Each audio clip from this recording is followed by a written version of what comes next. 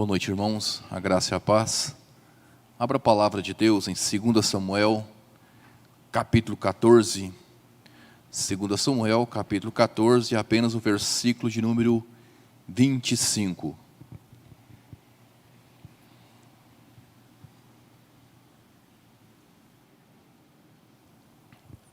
Diz assim a palavra de Deus: Não havia, porém, em todo Israel homem tão celebrado por sua beleza como Absalão. Da planta do pé ao alto da cabeça, não havia nele defeito algum. Muito bem. Eu começo esse estudo dessa noite te fazendo uma pergunta. Qual é o protótipo do homem ou a mulher que supera todos os padrões de beleza? Que possui a forma definida, aprovada. Interessante que há pessoas que gastam rios de dinheiro em busca da beleza. Pessoas buscam clínicas estéticas, sejam aprovadas ou não, clandestinas, mas o ponto crucial é alcançar o ápice da beleza.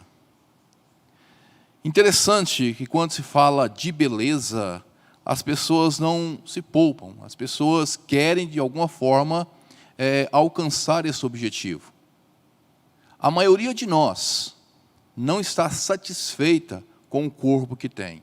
A maioria de nós gostaríamos de fazer alguma mudança, seja ela em alguma parte, mas gostaríamos que isso fosse ocorrido o mais rápido possível. Há de convir que não é o nosso caso. Se Ivo Pitangui fosse vivo e o melhor cirurgião, há casos que não tem solução. Mas deixando a parte essa brincadeira, nós, olhando para esse texto, nós detectamos e vemos algo muito interessante. O texto faz questão de ressaltar a beleza de Absalão. Uma beleza esplêndida. E a Bíblia diz que não havia nenhum defeito, não havia defeito algum em Absalão. Que homem lindo. Se fosse nos dias atuais, com certeza receberia convites para posar em capas de revista, sua imagem está estampada em outdoors, seria convidado para fazer seriado, filmes e coisas desse gênero que a mídia gosta e ela impõe. E quando se fala de beleza, a mídia ela é a mestra, ela consegue influenciar com a sua ideologia, com a sua filosofia, os meios que são aprovados. Ou seja, corte de cabelo, roupa, acessórios. E assim a pessoa vai copiando e acha na moda e acha que está bonita. Mas questão de beleza é questão de gosto, de cada um e se difere muito. Mas Absalão era um homem que chamava muita atenção. E o que eu quero falar com vocês nessa noite é sobre um tema um tanto diferente. Por detrás da beleza. E nós enganamos muito. Nós achamos que as pessoas bonitas, no nosso conceito, belas, elas não cometem delitos, elas não cometem falhas, elas não cometem erros, elas são bonitas de uma forma que agrega a todas as qualidades. E não é bem o caminho esse. E nós vamos ver, através desse versículo que nós lemos, que é o carro-chefe, nós vamos explorar alguns textos dentro do livro de 2 Samuel e vamos chegar à concepção que Absalão, por detrás da sua beleza, ele se revelou um homem frio e calculista. Absalão era um homem frio e calculista. Por favor, acompanhe comigo aí em sua casa, na sua Bíblia, em 2 Samuel, capítulo 13, versículo 23, o 28 e o 29. 2 Samuel, capítulo 13, versículo 23, o 28 e o 29. Diz assim: Passados 2 anos, Absalão tosqueava em Baal-Azor, que está junto a Efraim, e convidou Absalão todos os filhos do rei. Absalão deu ordem aos seus moços, dizendo: tomai sentido, quando o coração de Aminon estiver alegre de vinho, e eu vos disser: feri Aminon, então os matareis. Não temais, pois não sou eu quem vos ordena, sede fortes e valentes. E os moços de Absalão fizeram a Aminon como Absalão lhe havia ordenado. Então todos os filhos do rei se levantaram, cada um montou o seu mulo e fugiram. Interessante, a crueldade, a maldade que chega ao ser humano. O homem mais belo, o homem lindo, que não havia defeito nenhum, mas se mostra com as suas garras truculentas, se levantando contra o seu irmão Aminon. O nome de Absalão significa meu pai é paz, mas sua ação, suas ações, a sua história não faz jus a esse nome. E nós podemos falar que o nome de Absalão teria que ser: vou deixar meu pai sem paz. E é isso que ele fez no transcorrer da jornada, porque o seu coração estava alimentado pelo ódio. Absalão se mostrou um homem que guardava mágoa, que guardava rancor, era movido pelo ódio, premeditou como poderia executar seu plano maléfico em destruir o seu irmão. É certo que ele tomou as dores de Tamar, sua irmã. É certo que ele toma as dores, mas ele é um homem tão calculista, tão frio, que ele dá tempo ao tempo, não faz alarde, ele não faz realmente jus de querer na hora a vingança, ele espera a poeira baixar, ele espera as pessoas esquecerem, ele guarda para si, ele consegue agir como se nada tivesse acontecendo de anormal, o que aconteceu de anormal. Ele não deixa transparecer, ele se mostra uma pessoa muito discreta. Veja o quanto que esse homem era perigoso, porque o seu coração estava enveredado, tomado pelo ódio. A Bíblia diz que em Mateus capítulo 15, versículo 18 e o versículo 19. Mateus 15, 18 e 19. Mas o que sai da boca vem do coração, e é isso que contamina o homem. Porque do coração procedem maus desígnios, homicídios, adultérios, prostituição, furtos, falso testemunho e blasfêmia. Não podemos dar ouvido à voz do nosso coração. Ele muitas vezes nos engana, ele muitas vezes nos dribla, e o coração de Absalão estava enveredado por ódio. Pulsava constantemente em querer destruir o seu irmão, Aminon. Jeremias 17, versículo 9. Enganoso é o coração, mais do que todas as coisas, e desesperadamente corrupto, quem o conhecerá? Provérbios capítulo 6, versículo 14. No seu coração a perversidade, todo o tempo maquina o mal, anda semeando contendas. Absalão, um homem movido, impulsionado pela vingança. Como está o seu coração nessa noite? Cheio de ódio, cheio de rancor, cheio de ira, cólera. Absalão se sente no direito de agir, pois o seu pai, Davi, não fez nada. Após Aminon ter seduzido, ter enganado a sua irmã Tamar, ter abusado dela sexualmente, Davi fica a par de toda a história, mas não faz absolutamente nada. Fica neutro, ele fica distante, e isso impulsiona cada vez mais o desejo de vingança de Absalão. Para muitos, o tempo é o melhor remédio. É o melhor remédio que cura, é o melhor remédio que sara, mas, nesse caso, foi totalmente contrário. O tempo foi passando, os anos estavam indo, e o coração de Absalão cada vez mais pulsando, impulsionado pela vingança. O ódio tomou conta do coração desse homem. Ele consegue esperar 2 anos. 2 anos havia se passado. Para Aminon, para Davi, a poeira havia baixado, não tinha mais meio de mexer com esse caso. Davi, neutro. Aminon, muito menos. E o coração de Tamar, como que estava? Como estava o coração dessa mulher? Essa mulher agora tinha perdido a virgindade, essa mulher agora tinha perdido a credibilidade, essa mulher agora caminhava cabisbaixo por entre as outras. Essa mulher esteve com seus sonhos interrompidos de ter um lar, de ter uma família. Uma mulher mal vista, malquista. O coração dessa mulher estava triste, abatido. Ela esperava o quê? Esperava a justiça de quem? De Davi, o seu pai, que negligenciou. Ela esperava que Aminon se redimisse. Não. Interessante que Absalão toma as dores da sua irmã. E o costume oriental era o seguinte, se em uma família polígama tivesse irmãos, e fosse da mesma mãe, os irmãos eram responsáveis um pelos outros. E nesse caso, Absalão, ele se toma a responsabilidade para si, nesse caso de Tamar. Como exemplo, nós vemos em Gênesis capítulo 34, 25.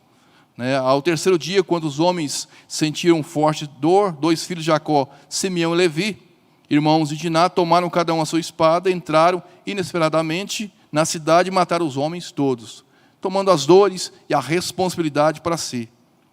Mas há de convir que Absalão estava cego espiritualmente.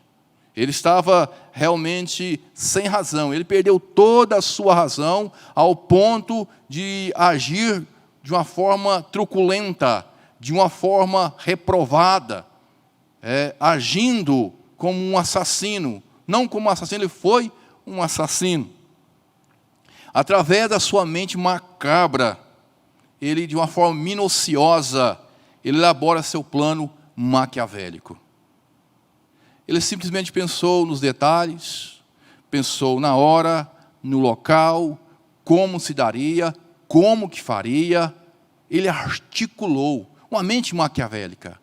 O homem belo, por detrás da sua beleza, se mostra um homem maquiavélico, um homem mau. Como executar o seu plano infalível? Como executar esse plano?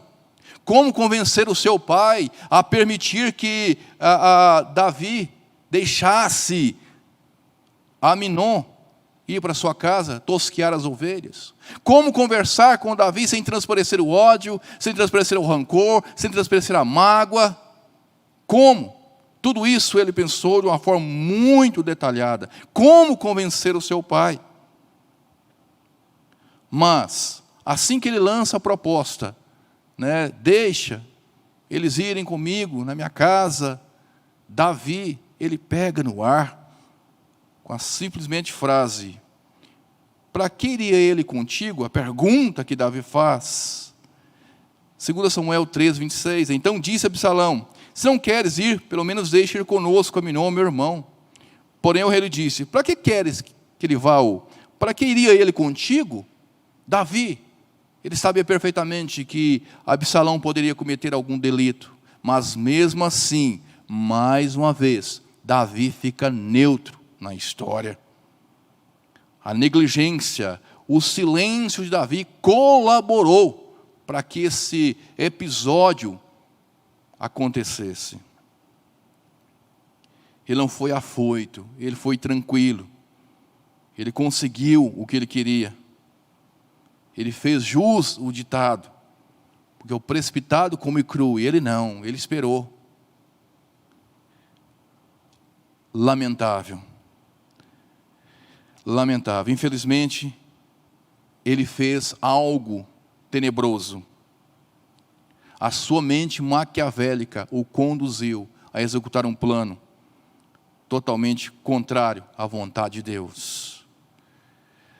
Interessante ainda, dentro desse texto, desse versículo, quando se fala da beleza, enaltece a beleza de Absalão, além dele ser um homem frio e calculista, como nós vimos em 2 Samuel 13, ele também é um homem totalmente sem noção.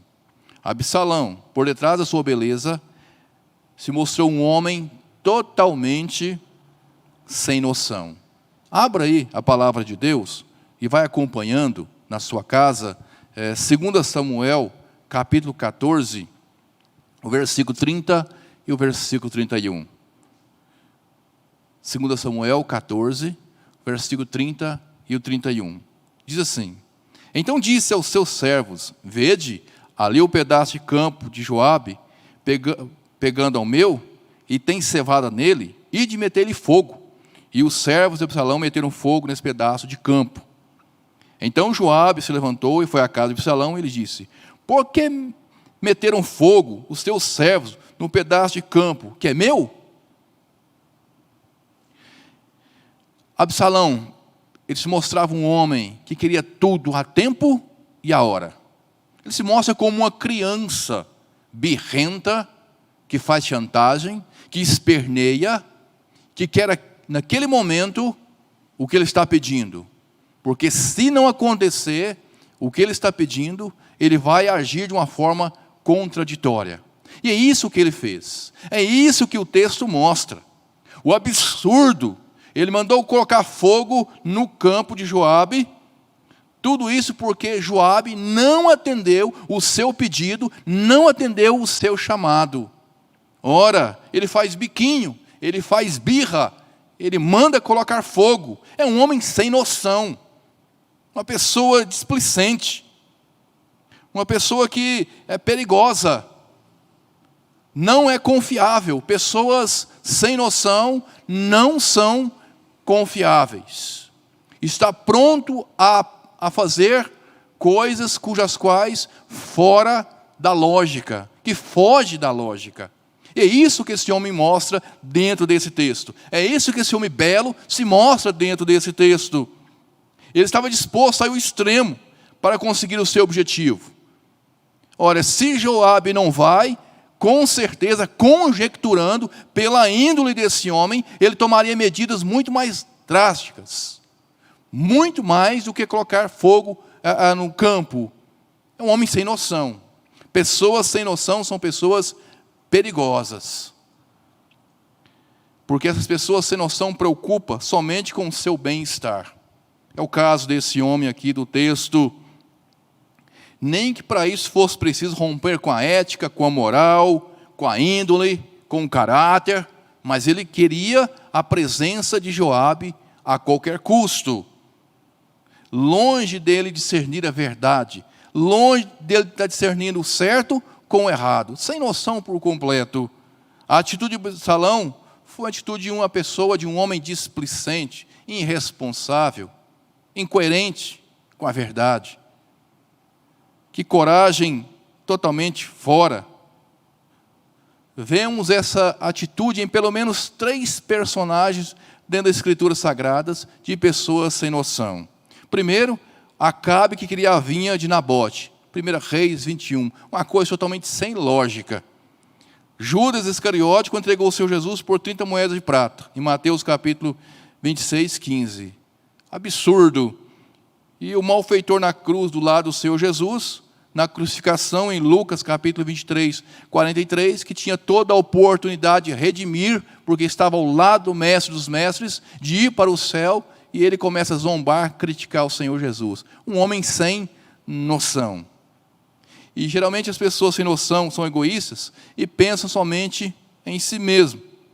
E lamentavelmente, nós convivemos com pessoas sem noção. É triste.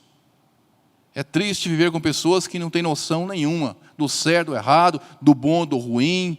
Pessoas que querem fazer as coisas acontecer envolto de si mesmo. Fala o que vem à boca. Não tem o pudor de refrear a língua. Pessoas sem noção, eles cometem delitos, atos e acham que está tudo normal. Infelizmente, nós convivemos. 2 Timóteo capítulo 3, versículo 2 e versículo 4, nos alerta quanto a isso. Ele fala: pois os homens serão egoístas, avarentos, jactanciosos, arrogantes, blasfemadores, desobedientes aos pais, ingratos, irreverentes, desafeiçoados, implacáveis, caluniadores, sem domínio de si, cruéis, inimigos do bem, traidores, atrevidos, efetuados, mais amigos dos prazeres do que amigo de Deus. Absalão é um homem totalmente sem credibilidade porque era sem noção. Você conhece alguém que é sem noção? Ou o Clésio é sem noção, ou você é sem noção. Interessante que Absalão ele cumpre o horrível papel de um homem sem confiança, por ser sem noção. O que esperar de um homem assim? Se ele foi capaz de colocar fogo no campo para conseguir algo, o que mais está disposto a fazer?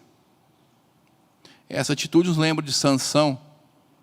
Age como um homem sem noção, colocando fogo também, na seara dos filisteus, matando ali algumas raposas, 300 raposas para ser mais exato, coloca fogo no feixe, nessas raposas, nas caudas das raposas, e aí solta, na seara dos filisteus. Sem noção. Homens que deveriam usar a inteligência para o bem. Absalão cresce. Absalão cresce vendo seu pai adorar, bendizer, enaltecer, adorar o Senhor. Ele cresce nos caminhos do Senhor.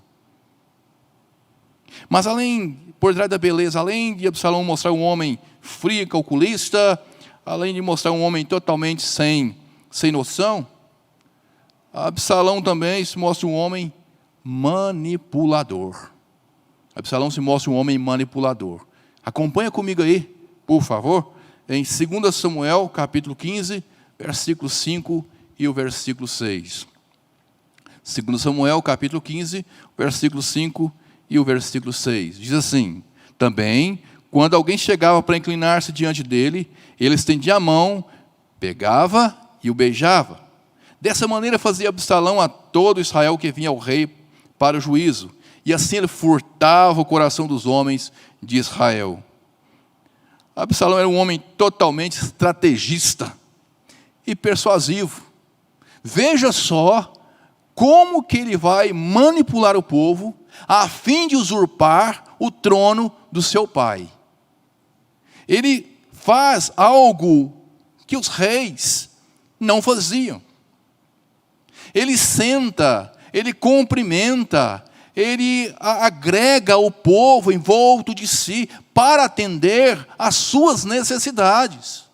Ele se mostra um homem humilde, se mostra um homem simples, ele se mostra um homem do povão.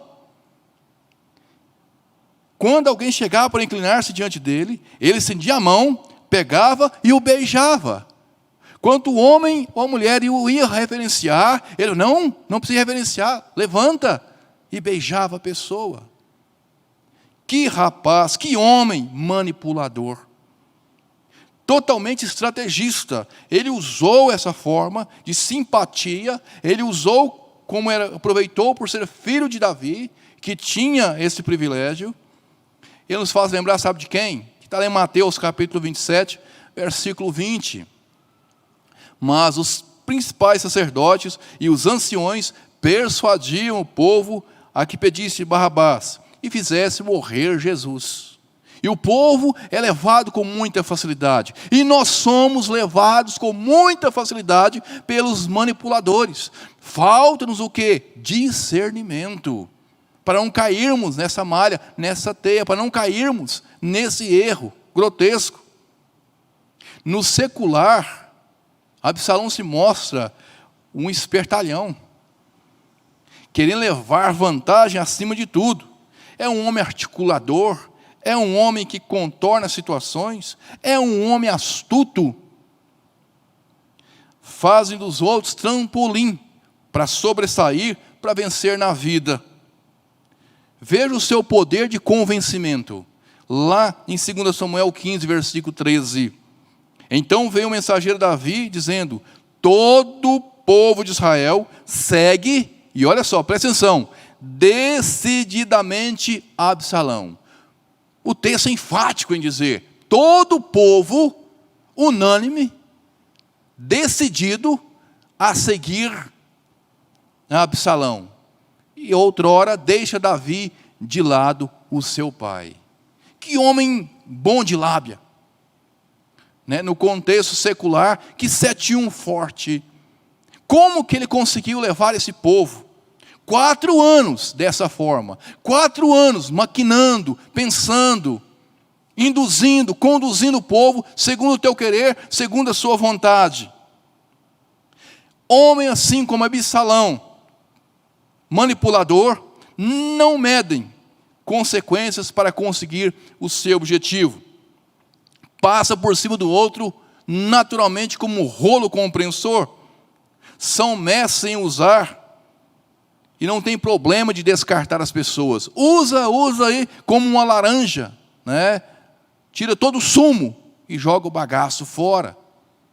Pessoa assim não tem essa preocupação, o que o outro vai pensar, como que a situação do outro vai ficar, mas ele quer usufruir, usurpar. Lamentável. E era justamente o que Absalão iria fazer com esse povo, até usurpar o trono do seu pai. Ele se levanta contra o seu pai. Quando nós olhamos para a história, né, do início, nós vemos, né, Satanás queria ser Deus e manipula 1/3 dos anjos do céu. Vemos que a história, né, de pessoas que se corrompem, pessoas que querem manipular, não são dos dias de hoje, mas já vem um bom tempo. Foge dessas pessoas, pessoas manipuladoras, pessoas que estão às vezes usando a minha vida, ou a sua vida, para conseguir algo. Tem pessoas que são assim. Se mostra religioso. Absalão se mostrava religioso. Se você der uma olhada no texto, devido ao nosso tempo, não conseguimos, né, especular todo, mas se você der uma olhada nessa história, você vai ver que ele se mostrava um homem religioso. Ele queria ver o seu pai. Ele pede para Joabe: olha, eu preciso ver o rei. Eu preciso ver o rei para que se mostrasse um santarrão. Mas no fundo era um manipulador. O poder pode cegar, o poder pode corromper. Quer conhecer uma pessoa? Dê poder a ela. Velha frase conhecida, batida, né? De tanto falar. Mas, quer conhecer essa pessoa mais ainda? Tira o poder dela. E você vai ver que ela é de fato e de verdade. Há pessoas que não podem subir em uma gilete deitada, porque se sente o rei da cocada. Humilha, pisa nos outros. Some por completo a humildade, dando lugar para a altivez, para a prepotência, para a arrogância, e algo que Deus abomina por completo. Tiago capítulo 4, versículo 6. Antes ele dá maior graça, pelo que diz: Deus resiste aos soberbos, mas dá graça aos humildes. Provérbios capítulo 16, versículo 5. Abominável é ao Senhor todo arrogante coração. É evidente que não ficará impune. Esse é o caso desse homem, desse personagem que nós estamos especulando nessa noite. Esse homem tinha uma falsa humildade. Sua ganância o levou a querer driblar, enganar, usurpar o trono do próprio pai. Isso é absurdo. Para mim e para você que somos conhecedores da palavra, para mim e para você que caminhamos em Cristo Jesus, isso é arbitrário, isso é algo nojento, de repugnância. Querer driblar, enganar, usurpar o trono do próprio pai. Ele não tinha direito, ele era o terceiro filho de Davi. A maldade desse homem manipulador era tão grande que ele não pensou no amor de pai, não pensou no amor de filho. Ele queria realmente o trono, o lugar do seu pai. Ele queria o poder. O poder mexe comigo e com você. O poder mexe com a nossa estrutura física, emocional, sentimental e até mesmo espiritual. Precisamos saber lidar, sabemos até onde podemos ir, aonde nos cabe. Esse homem não tinha desconfiômetro, e muitas vezes falta desconfiômetro em pessoas que querem o poder a qualquer custo. Me permita ler 3 passagens bíblicas que condizem com essa realidade triste. 2 Reis capítulo 8, versículo 15 diz: no dia seguinte, Azael tomou um cobertor, molhou em água e o estendeu sobre o rosto do rei até que morreu. E Azael reinou em seu lugar, usurpou o trono. 2 Crônicas, capítulo 21, versículo 4. Tendo Jeorão assumido o reino de seu pai, e havendo se fortificado, matou todos os seus irmãos à espada, como também alguns dos príncipes de Israel. Tudo isso para usurpar o trono. Juízes, capítulo 9, versículo 5 e o versículo 6. Foi à casa de seu pai, a Ofra, e matou os seus irmãos. Os filhos de Jerubaal, 70 homens, sobre uma pedra. Porém, Jotão, filho menor de Jerubaal, ficou porque se escondera. Então se juntaram todos os cidadãos de Siquém e todo de Bet-Milo, e foram e proclamaram Abimeleque rei, junto ao carvalho memorial que está perto de Siquém. O que você me diz desses textos? Que coração, que intuições maléficas. Homens que decidiram manchar as mãos de sangue, destruíram a família por completo para galgar, para alçar voo, para chegar no nível, no patamar mais alto, mas somente de uma forma triste, reprovada. A triste realidade que quanto mais têm, mais querem. É o que nós vemos nos dias atuais. Pessoas matando, pessoas tirando, pessoas puxando o tapete para conseguir o poder. Que seja pai, que seja mãe, que seja irmãos, que sejam entes queridos, que sejam vizinhos, ou seja, quem que passar à frente vai atropelar, porque o mais importante é o poder. Triste. Preferem ficar inimigos de Deus, preferem virar as costas para Deus, para ter prazeres passageiros nessa terra com o poder. Mas o último ponto, e chegando ao final, né, desse estudo, por detrás da beleza. Absalão, por detrás da sua beleza, revelou um homem frio e calculista, um homem totalmente sem noção, um homem manipulador e um homem inteiramente sem pudor. Não tinha pudor nenhum. Acompanhe comigo aí em 2 Samuel, capítulo 16, o versículo de número 22. Repetindo mais uma vez, 2 Samuel, capítulo 16, versículo 22. Armaram, pois, para Absalão uma tenda no eirado, e ali, à vista de todo Israel, ele coabitou com as concubinas de seu pai. Ele perde a noção por completo do senso da moral, sem pudor. Horrivelmente ele comete um ato de repulsa, não somente contra Deus, mas contra também a sociedade. Seu objetivo maior era ferir o seu pai. O seu objetivo maior era mostrar para que os seus agregados, para os seus seguidores, para aqueles que caminhavam junto com ele, mostrar para o povo de Israel que não havia a menor possibilidade de reconciliação com seu pai. Ele está dizendo com esse ato sem pudor que não voltaria atrás, que ele daria realmente cabo ao seu plano sórdido. Ele não estava querendo vínculo mais com seu pai. Ele queria o trono. E com essa atitude sem pudor, ele quer mostrar isso.